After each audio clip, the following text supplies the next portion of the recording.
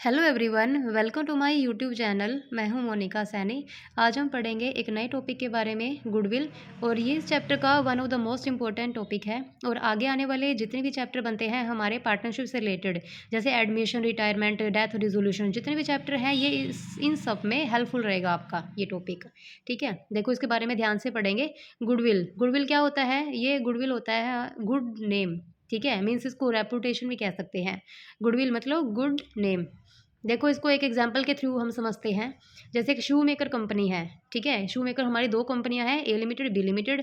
और ये दोनों की कॉस्ट आती है शूज़ बनाने में 500। दोनों कंपनी कॉस्ट आती है 500। तो उसी कॉस्ट में जो ए लिमिटेड कंपनी है वो तो 800 में सेल कर रही है उसी शूज़ को, और जो बी लिमिटेड है वो 1000 में सेल कर रही है। ठीक है, तो ये क्या रीज़न है कि ये कम में सेल कर रही है और इसका ज़्यादा में सेल हो रहा है?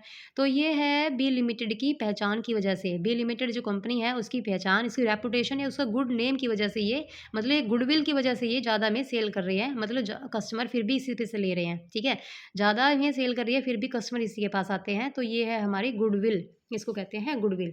ठीक है, देखो इसका एक डेफिनेशन भी है लॉर्ड एल्डन के अकॉर्डिंग। लॉर्ड एल्डन जी क्या कहते हैं कि जो गुडविल होती है इस संभावना के अतिरिक्त और कुछ नहीं है कि हम पुराने कस्टमर पुराने स्थान को ही, पुराने लोकेशन को ही चुनते हैं। मीन्स जो कस्टमर होते हैं, ओल्ड कस्टमर होते हैं, वो बार बार उसी स्थान पर आते हैं, चाहे उसको महंगी मिल रही हो चाहे उसको सस्ती मिल रही है, उसी स्थान पर वो बार बार परचेज करने सामान को आते हैं, तो इसको कहते हैं गुडविल। ठीक है, इसको कहते हैं गुडविल। देखो गुडविल हमारी बनती है दो टाइप की। ये गुडविल जो होती है ये दो टाइप की होती है। एक तो होती है परचेज गुडविल, एक होती है सेल्फ जनरेटेड गुडविल। देखो इसके बारे में ध्यान से पढ़ेंगे, ये इंपॉर्टेंट टॉपिक है हमारा। देखो इसके लिए एक एग्जांपल के थ्रू मैं आपको समझाती हूँ। जैसे इंस्टाग्राम है और फेसबुक है, ये दोनों जो एप्लीकेशन है ये सेपरेट सेपरेट एप्लीकेशन है। इंस्टाग्राम सेपरेट एप्लीकेशन है, फेसबुक सेपरेट एप्लीकेशन है। ठीक है, तो अगर जैसे देखो फेसबुक पहले आया था फिर इंस्टाग्राम आया था, तो इंस्टाग्राम ने इतना ग्रो किया कि वो फेसबुक से भी आगे निकल गया। ठीक है, तो फेसबुक ने क्या सोचा कि इंस्टाग्राम को एक्वायर कर लूँ मैं, तो फेसबुक ने क्या किया, इंस्टाग्राम को भी एक्वायर कर लिया। ठीक है, तो मतलब जब उसने एक्वायर किया फेसबुक ने, तो उसका नाम तो चेंज नहीं हुआ ना, इंस्टाग्राम का नाम तो वही रहा इंस्टाग्राम ही, लेकिन इसने इसकी जो सारी मतलब काम काज है वो अपने आप उसने एक्वायर कर लिया फेसबुक ने। ठीक है, तो इसको कहते हैं परचेज गुडविल, मतलब सारा ही उसका बिजनेस, सारा ही इसका कंपनी अपने उसने एक्वायर कर लिया। ठीक है, तो इसको कहते हैं परचेज गुडविल। और सेकंड होती है हमारी self generated goodwill. Self generated का मतलब होता है इंस्टाग्राम ने अपनी सेल्फ मतलब गुडविल जनरेट की थी, फेसबुक ने अपनी सेल्फ जनरेट की थी, फिर भी इंस्टाग्राम आगे निकल गया, फेसबुक पीछे रह गया। ठीक है, मतलब सेल्फ अलग अलग सेपरेट सेपरेट इन्होंने क्या की थी, अपनी गुडविल को जनरेट किया था, तो उसको कहते हैं सेल्फ जनरेटेड गुडविल। लेकिन यहाँ पे ये देखो जो परचेज गुडविल होता है इसमें के तो इसके लिए तो फेसबुक ने इसके लिए क्या की थी, पेमेंट की थी। ठीक है, मतलब इसकी जो ट्रांजेक्शन थी इसकी मनी में इसकी रिकॉर्डिंग की गई थी, क्योंकि इसकी जो मनी के फॉर्म में इसकी मतलब पेमेंट हुई है, तो जब परचेज़ किया था, तो इसकी जो ट्रांजैक्शन है इसकी रिकॉर्डिंग तो मतलब होएगी, मतलब ये बुक्स में इसकी रिकॉर्डिंग होती है, क्योंकि इसकी जो मनी में इसको मेज़र किया गया है, तो मनी में जिसको मेज़र किया जाता है उसकी हम रिकॉर्डिंग करते हैं बुक्स में। ठीक है, ये मतलब देखो इसके बारे में ये भी कह रखा है, ये भी हमारा अकाउंटिंग स्टैंडर्ड 26 कहता है कि जिसको मनी में मेज़र कर सकते हैं उसकी रिकॉर्डिंग हम करते हैं। ठीक है, इंटेंजिबल एसेट को नहीं करते, बल्कि जिनकी मनी की फॉर्म में इसको मेज़र कर सकते हैं उसकी रिकॉर्डिंग हमें करनी है। ये हमारा अकाउंटिंग स्टैंडर्ड 26 भी कहता है। ठीक है, देखो यही बात यहाँ पे कह रहे हैं कि जो इसकी रिकॉर्डिंग तो होती है, मतलब ये बैलेंस शीट के एसेट साइड में जाएगी जो परचेज गुडविल होती है, क्योंकि इसकी मनी की फॉर्म में इसकी पेमेंट हुई है। जबकि सेल्फ जनरेटेड गुडविल होती है, इसकी कोई कहीं भी इसकी ट्रांजैक्शन नहीं होती। ठीक है, ये बात ध्यान रखना है, इसकी ट्रांजैक्शन हम नहीं करेंगे क्योंकि इसके लिए कोई भी हमने पेमेंट नहीं की, ये सेल्फ अपने आप ही जनरेट की हुई है, इसके लिए कोई पेमेंट नहीं होती। ठीक है, ये हो गया हमारा क्लासिफिकेशन ऑफ गुडविल। अब है हमारा एक इम्पोर्टेंट टॉपिक है method of valuation of goodwill. देखो इसके गुडविल को वैल्यूएशन करने के एक मेथड, ये 3 मेथड होते हैं गुडविल को वैल्यूएशन करने के, average profit method, super profit method, capitalisation method. ठीक है, देखो आज हम पढ़ेंगे एवरेज प्रॉफिट मेथड।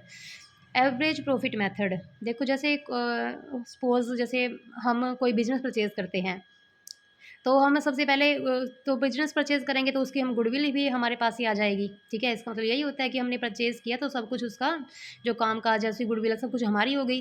ठीक है, तो हम ये देखेंगे कि उसने उस बिजनेस ने कितना प्रॉफिट अर्न किया है पिछले सालों में, ठीक है, उसके पास बिजनेस था, तो उसने कितना प्रॉफिट अर्न किया है उसको कहते हैं एवरेज प्रॉफिट। 3 सालों में, 4 सालों में, 5 सालों में कितना उसने अर्न किया है प्रॉफिट, उसे कहते हैं एवरेज प्रॉफिट। और फिर हम उस बिजनेस को परचेज करते हैं तो हम भी ये सोचते हैं कि हमें इसका प्रॉफिट कितने सालों तक मिल सकता है, तो उसको कहते हैं नंबर ऑफ़ ईयर्स परचेज़, कि हमें 3 सालों तक इसका प्रॉफिट अर्न होगा, मतलब जनरेट होगा, 4 ईयर तक, 5 ईयर्स तक। तो इसको कहते हैं numbers of year of purchase, कितने सालों तक हमें इसका प्रॉफिट की अर्निंग होती रहेगी। ठीक है, तो ये हो गया नंबर ऑफ़ ईयर परचेज़। ये क्वेश्चन में भी दिया होता है हमें कि 3 सालों तक, 4 सालों तक, ये क्वेश्चन में ऑलरेडी गिवन होगा हमें। देखो, इसका फॉर्मूला है वैल्यू ऑफ गुडविल। इसके लिए तो average profit multiply number of year of purchased, ठीक है, ये उसका फॉर्मूला है। तो एवरेज प्रॉफिट कैसे निकालते हैं, जैसे सपोज 5 ईयर्स का प्रॉफिट, एवरेज प्रॉफिट हमें ऐसे निकालना होता है, total profit divided by number of year purchased. ठीक है, कितने, जैसे टोटल प्रॉफिट है और कितने सालों का प्रॉफिट है, जैसे मान लो 5 सालों का, 4 सालों का, इतने सालों का प्रॉफिट है, तो इसको डिवाइड में हम डालते हैं टोटल प्रॉफिट। फॉर एग्जाम्पल देखो, जैसे 5 सालों तक है, ये हमारा जो एवरेज प्रॉफिट है पिछले 5 सालों का प्रॉफिट है। जैसे फर्स्ट ईयर हमने उस बिजनेस ने 1 लाख रुपये कमाया, second year 2 lakh rupees, third तीसरे सालों 3 लाख, और 4 लाख और 5 लाख, ऐसे इसने प्रॉफिट कमाया। कितने सालों का प्रॉफिट है, ये 5 ईयर्स का प्रॉफिट है। तो हमारा जो एवरेज प्रॉफिट है वो 3 लाख है। मीन्स हमें एस्टिमेट लग जाता है कि हम भी ये, मतलब इस बिजनेस ने 5 साल होते कि 3-3 लाख रुपीज़ का एवरेज प्रॉफिट है, कि 3 लाख रुपीज़ उसने हर साल कमाया है। तो हमें पता लग गया इस चीज़ का। ठीक है, लेकिन एक बात और है यहाँ पे कि देखो, हम परचेज़ करते हैं बिजनेस को, तो हम ये सोचते हैं कि पहले साल तो 1 लाख प्रॉफिट है, तो एकदम से 5 लाख कैसे बढ़ गया प्रॉफिट। तो यहाँ पे कुछ ऐसे सर्कमस्टांसेस भी हो सकते हैं, तो ऐसे केस भी हो सकते हैं, जैसे इस साल क्या पता, जैसे इस साल ये ज़्यादा प्रॉफिट हुआ है, तो इसका रीज़न लॉटरी, जैसे उस साल लॉटरी लगी थी उस बिजनेस की। ठीक है, 2 लाख की लॉटरी लगी है, तो इसलिए इसको यहाँ पे प्रॉफिट ज़्यादा इंक्रीज़ हो रहा है, बढ़ रहा है। ठीक है, तो ये क्या है, ये मतलब अनसर्टेन अमाउंट है, मतलब ये हमारी सर्टेन अमाउंट नहीं है कि हमें हर साल मिलेगी, ये अनसर्टेन है।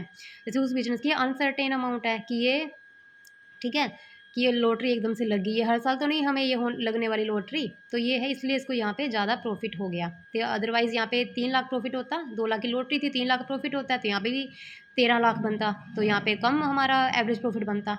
ठीक है, तो ये है हमारा एबनॉर्मल प्रॉफिट, ये हमारा एबनॉर्मल प्रॉफिट कहते हैं इसको भी। बाय चांस एकदम से प्रॉफिट जो होता है उसको कहते हैं एबनॉर्मल प्रॉफिट, लॉटरी का हमारा एबनॉर्मल प्रॉफिट हो गया।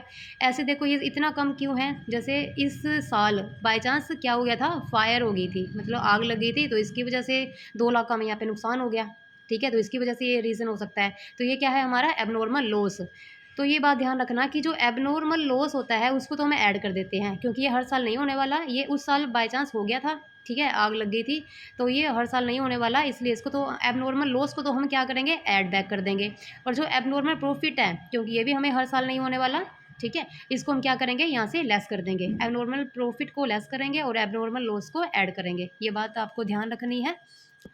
और जो नॉर्मल प्रॉफिट होता है उसको हमें एज इट इज़ करेंगे, नॉर्मल प्रॉफिट जो होता है उसको ऐड करेंगे, नॉर्मल जो लॉस होता है उसको लेस करेंगे। ठीक है, क्योंकि वो तो हमारा नॉर्मली होता है और इसको हम ऐड और लेस करते ही हैं। जबकि जो एबनॉर्मल लॉस होता है उसको ऐड करेंगे और जो एबनॉर्मल प्रॉफिट होता है उसको लेस करेंगे। ठीक है, देखो, इससे रिलेटेड हम एक क्वेश्चन को करेंगे।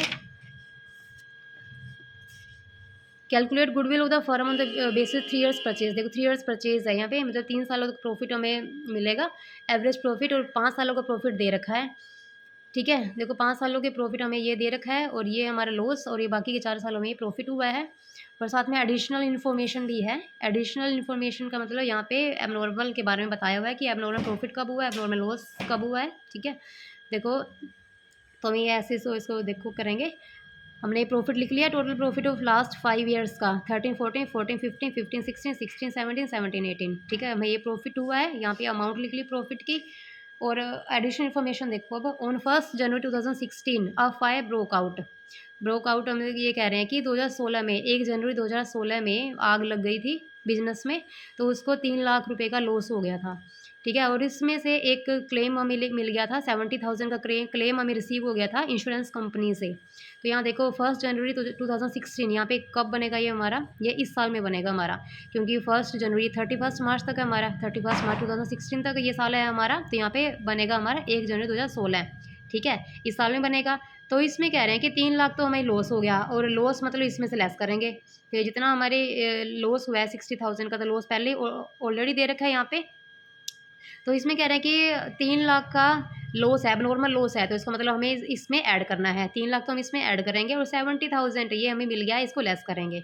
ठीक है, मतलब 3 लाख में से 70,000 लेस करके 2,30,000, 2,30,000 इसमें हम ऐड करेंगे। ठीक है, तो ऐड करेंगे तो हमारे पास देखो ये प्लस है, ये पहले ही ऑलरेडी लॉस है, तो इसमें से लेस करेंगे तो 1,70,000 हमारा अमाउंट बनी है यहाँ पे, 1,70,000। ठीक है, आगे है सेकंड इन्फॉर्मेशन है कि 31 मार्च 2017 the firm received an unexpected tax refund of 80,000। देखो अनएक्सपेक्टेड, ये कहाँ कह रही है, रिफंड हमें रिसीव हो गया 80,000 का। तो हमें ये हर साल तो नहीं मिलने वाला, ये अनएक्सपेक्टेड है। ठीक है, हर साल नहीं मिलने वाला, तो एबनॉर्मल गेन है ये, तो इसलिए इसको यहाँ से लेस कर देंगे। ठीक है, इसको लेस करेंगे तो 80,000 का, तो इस साल में बनेगा ये, देखो 31 मार्च 2017 ये इस साल में हमारा बनेगा। ठीक है, इसमें से इसको लेस कर देंगे, एबनॉर्मल गेन 80,000, तो यहाँ भी हमारा बना 1,70,000। बाकी जो और साल है उसमें कोई भी चेंजेस नहीं है, तो इसको एज इट इज़ रखेंगे। बस 2 सालों में चेंजेस हुए हैं, यहाँ पे एबनॉर्मल लॉस था तो इसमें ऐड कर दिया, और एबनॉर्मल गेन था तो यहाँ पे लेस कर दिया। ठीक है, तो हमारी इतनी अमाउंट रहेगी, टोटल हमारा बना 13,90,000। अब इसका एवरेज प्रॉफिट निकालेंगे। देखो ये पाँचों सालों का हमारा इतना प्रॉफिट है, 5 सालों का प्रॉफिट है, तो 5 सालों में हमें मतलब एक साल में कितना प्रॉफिट हो सकता है, इसमें से हम 5 बाई डिवाइड कर देंगे इसको 5 से, तो हमें एक साल में प्रॉफिट हो सकता है 2,78,000 हमारे एक साल में प्रॉफिट हो सकता है। और फिर गुडविल कितनी बनी, दो average profit multiply number of year purchase की, हमें प्रॉफिट कितना हो सकता है इससे। ठीक है, 3 सालों का यहाँ पे क्वेश्चन में दे रखा है कि 3 ईयर्स परचेज, 3 सालों का हमें निकालना है कि 3 सालों तक हमें इतना कितना प्रॉफिट हो सकता है। तो 2,78,000 एक साल में प्रॉफिट है, तो 3 सालों में हमें कितना होगा, 8,34,000 हमें 3 सालों में प्रॉफिट होगा इस अमाउंट से। ठीक है, इस प्रॉफिट से। तो इस तरह हम इस क्वेश्चन को करते हैं। आगे नेक्स्ट वीडियो में नेक्स्ट क्वेश्चन को करेंगे। ठीक है, और नेक्स्ट जो इसका कॉन्सेप्ट है सुपर प्रॉफिट, जैसे ये है वैल्यूएशन मेथड है, इनके बारे में भी समझेंगे हम। ठीक है, सुपर प्रॉफिट, कैपिटलाइजेशन,